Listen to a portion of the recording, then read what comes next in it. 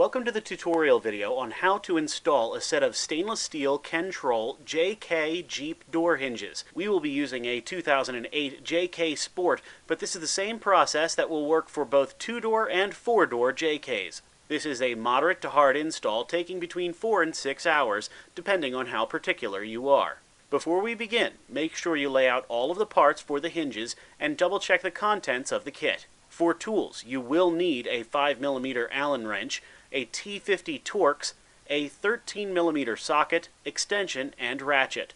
Optional tools include a breaker bar, never-sees lubricant, and clear RTV silicone. Assemble the upper hinge plate that mounts to the door to the body hinge plate with the nylon washer in between. Then place the small washer and nut onto the protruding threads and tighten them finger tight. If you are confused about the direction of the plates, use your existing hinges for a reference. Next, use a bottle jack or mechanic's jack to hold the door in the half-open position. Then, use a pencil or dry erase marker to trace the factory hinges inside the door frame. Now comes the tough part. Use a razor or knife to cut the factory paint, sealing the factory hinge to the door.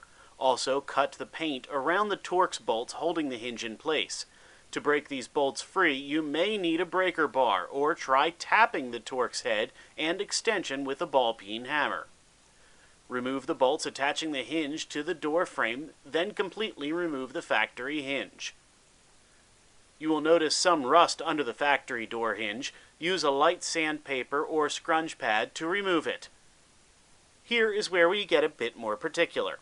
After sanding, we masked the area around the rust spot, reinstalled the 2 screws, then applied a coat of primer. Once dry, we added another coat of black to keep the rust at bay.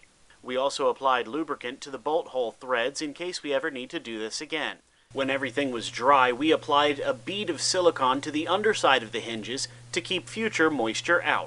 Align the new hinge plate to the inside of the door frame, slightly covering the outline of the former hinges, and tighten down the bolts.